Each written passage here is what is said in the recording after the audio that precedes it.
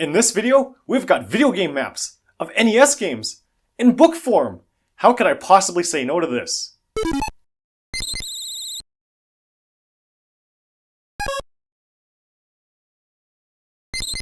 Hey everyone, John here. Those of you that follow my various video game ventures know that I run VGMaps.com, the video game atlas, and have done so for close to 21 years at the time of this video. There's no question about it, I love video game maps. So naturally, when I heard that someone made a book collecting video game maps for the NES and its Japanese equivalent, the Famicom, this was an instant purchase. This is Video Game Maps, NES and Famicom, by Brian Rigsby. Not long after, the Greatest Hits edition was released, a shorter version featuring just the most popular games, plus an additional article written by yours truly.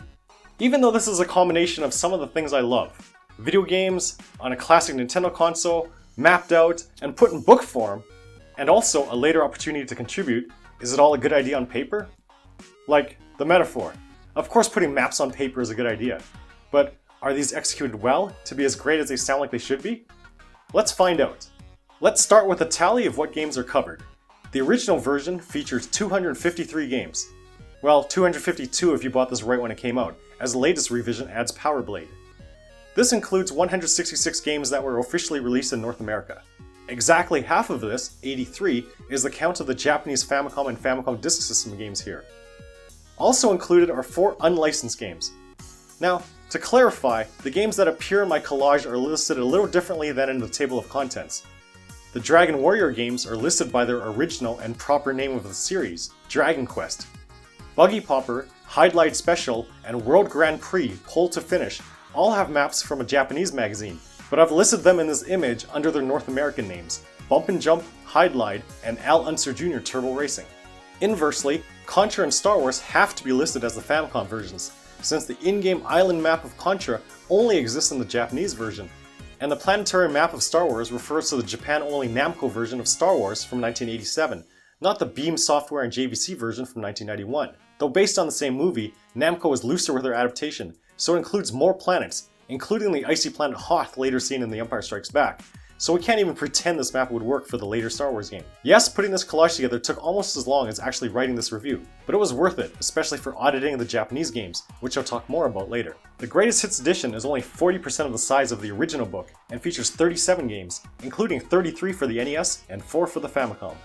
These Japanese games are Contra, as explained already, Final Fantasy II, the actual Final Fantasy II that is, Mother, or later known as Earthbound Beginnings, and Super Mario Bros. 2, the original sequel that would later be known as Super Mario Bros. The Lost Levels.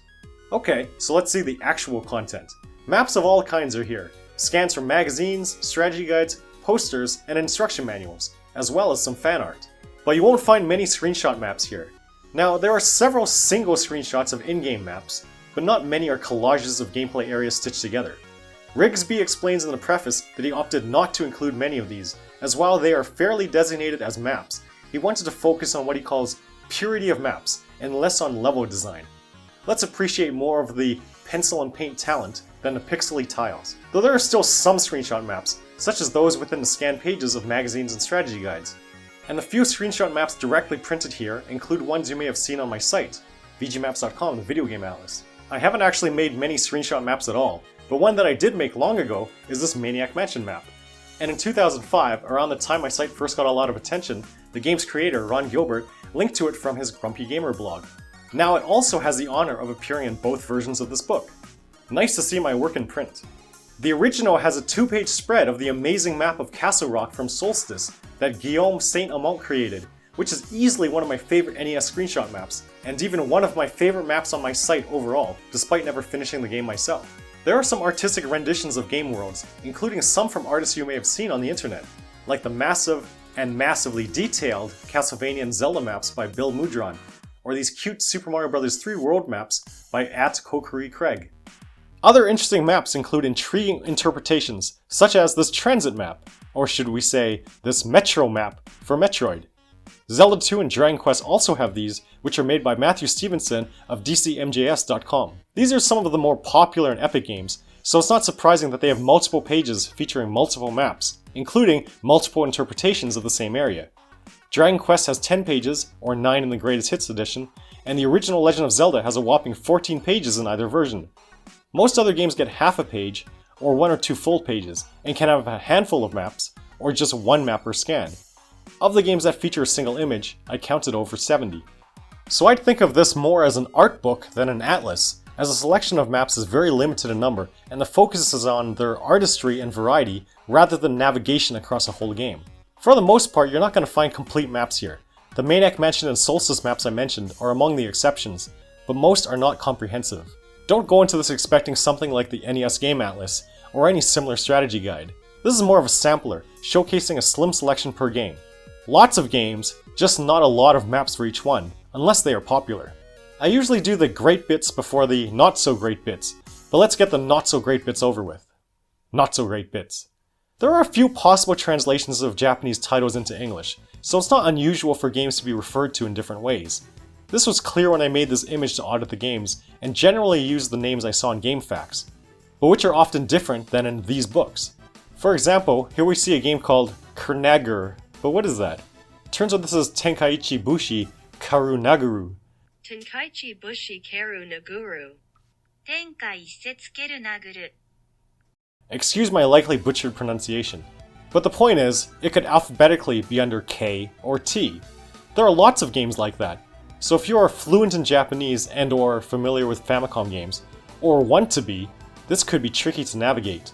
There is a listing here for Ninja Jajamaru series, and I have identified the maps as being from 2 separate games, Jajamaru Ninpou Chou and Jajamaru Gekimaden Maboroshi no Kinmajou, thanks to my site, vgmaps.com, and random searches that luckily proved fruitful. Thanks Starfighter76 for this map on GameFAQS, which was the only way for me to identify the Dark Tengu's lair. Some of these are identified in the latest revision, but not all, and I think this should have been split up for consistency. Here's an interesting side note. Do you see this reddish map and this blue and green map? Guess which one is the map for the red tower and which one is the map for the blue tower? Well, since I specifically pointed it out, you'd be right if you deduced that these are strangely swapped. This is not a knock on the book at all, just a side comment on the source material.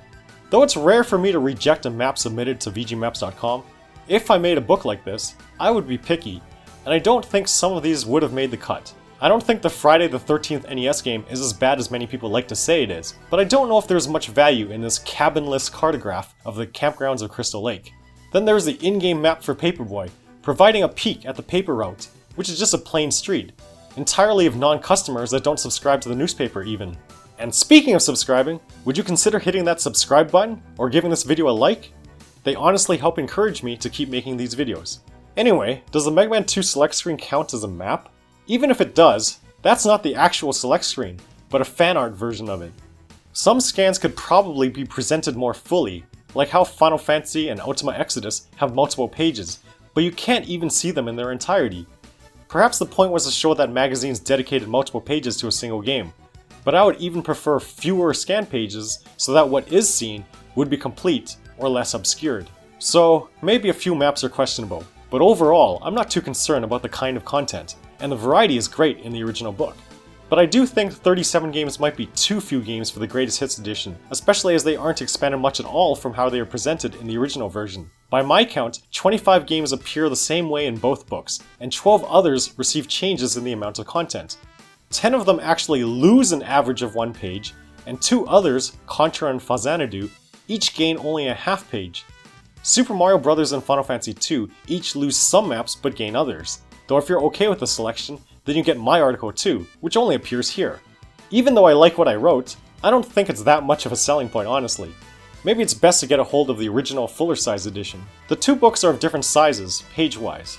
The Greatest Hits edition has 138 pages, and the original is 2.5 times larger at 346, which is almost exactly the same as the thickness of the box of an NES game. But they both have the same size of page, 14 centimeters by 19.7 centimeters, or 5.5 inches by 7.75 inches. That's not very big at all. It's just a tiny bit less than half the size of a page of Nintendo Power. The Greatest Hits edition is very close in all dimensions, as well as weight, as a 6th generation iPad mini. Mini is too little for these maps, especially considering that many of these map images have fine details, including scans of magazine pages that were originally larger, like the Nintendo Power pages more than double its size, now shrunk so the text is difficult to read. I'm sure I would love these Ninja Gaiden maps if I could read them. Guess they're just reminding me that I could just look at the original source. Again, this isn't meant to be a guide, but even if the smallest details aren't necessary to make out to get the overall idea, I'd still like to be able to tell what I'm looking at. I think these collections of maps deserve larger pages, like most art books or atlases would. Also, the binding is an issue. These books are bound by what I've now learned is called perfect binding. So called because its pages are aligned and cut perfectly straight and have a flat rectangular spine, making for a very neat and professional looking rectangular prism. But perfect binding is not at all perfect for a book that probably should be more like a coffee table book.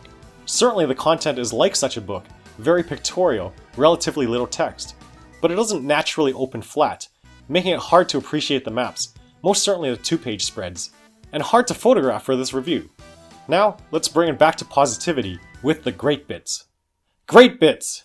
On the subject of 2-page spreads, spine issues aside, I very much love seeing them here, or any of the maps that are given enough space and are legible. I just really like the idea of these books. As it says on the dedication page, these books are for everyone that remembers the joy of unfolding physical game maps and those that take pleasure in hand-drawing maps. And that's what we get here. Outside of strategy guides and old magazines, there aren't many publications that present and preserve a plethora of maps from multiple video games in physically printed pages. Not to spoil my article, seen in the Greatest Hits edition, Virtual Worlds: A Journey Through Retro Game Maps, of which Rigsby suggested the title, but as I said in it, I associate this era of video games with hand-drawn and strategy-laden maps. Thanks to Nintendo Power Magazine, the moment of first learning about a game is very connected to already seeing maps of it. The NES's heyday was in a pre-internet era, so instead of watching video playthroughs, the way to preview a game or imagine and relive the adventures within would be to look at maps like these. There are many Japanese games I don't know much about, let alone played, but these snippets of their geographies and layouts do make me curious about them. If the intention is for me to want to check out the actual games, then it certainly succeeds. I ended up doing a lot more research than I initially expected to just to audit these games, as I'm not hugely familiar with Famicom games, certainly not as well as I know NES games. That said, if you do want to learn more about Famicom games, there's a decent amount of content here to at least get you started, particularly in the original book, once you get past the possible confusion with the names. There are maps for 166 official North American NES games, and that number is close to a quarter of the whole North American library, which is actually a decent selection, covering almost all of the classics. I would have liked to see maps from the first and third Mega Man games, the first DuckTales game, and Teenage Mutant Ninja Turtles 2, if only to include at least one map from each of the games that the NES Game Atlas covered. But honestly, other than those that I noted, the chosen games include the iconic games that people remember the NES for. So if anything, this book is pretty representative of Nintendo's 8-bit era. At least the original book is. As for the Greatest Hits edition, though I said there should have been more games included, at least the ones that are here, I don't have any vehement objections to them. The presentation is professional and polished, and I like the replacement of what would otherwise be empty space with a darkened background that shows sprites or a screenshot, a snippet of some scene, or another scanned map. The effect is subtle, but I certainly appreciate that level of care, so add hundreds more images instead of just putting on a plain black background and calling it a day. The cover art by Philip Summers is very nice, as it evokes a sense of adventure. The cover of the Greatest Hits edition adds some grey bordering that resembles some of Konami's NES box art, with the front inside cover of both editions taking visual cues from the later Capcom NES games with the purple border. The back of the book looks like the back of an NES games box, with screenshots and a blurb referencing a Novolin Entertainment System and a seal of quality. Not sure how easily a small book can be for 2 players, but there you go. These are very nice touches, adding fuel to the fire that is NES nostalgia. Conclusion. And that is what we have here, nostalgia. Even if you haven't played all of these games, if you're old enough to remember the NES era, you will appreciate this book for what it is. It may be more of a gallery than a guide, but it can certainly take you somewhere, or somewhen, to simpler times. To quote myself from my article in the Greatest Hits edition, and on my review as seen on storybundle.com, getting lost in a book full of maps sounds ironic, but with each page there's a recollection of an NES memory or the intrigue or curiosity that makes one say, "That looks neat, how have I never played that before?"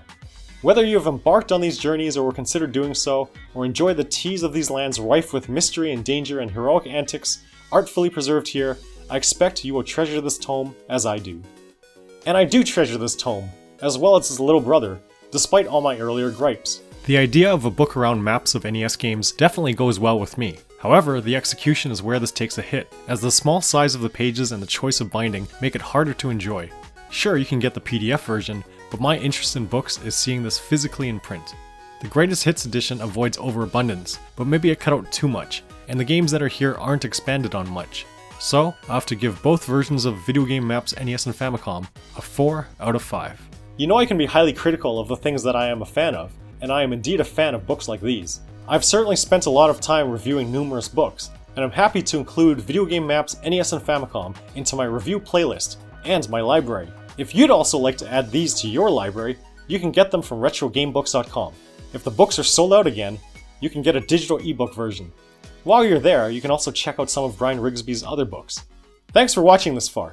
Since my last video, my subscribers have gone up quite a lot in a short amount of time.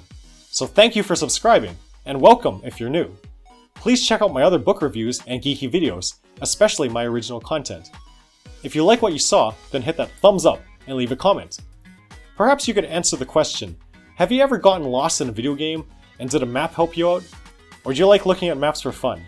Let me know. So until the next video, keep gaming, keep reading, and keep geeking out. See ya!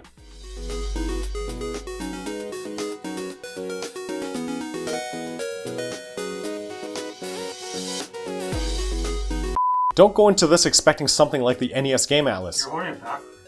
What the fuck? Okay. Bloopers! Yeah, okay.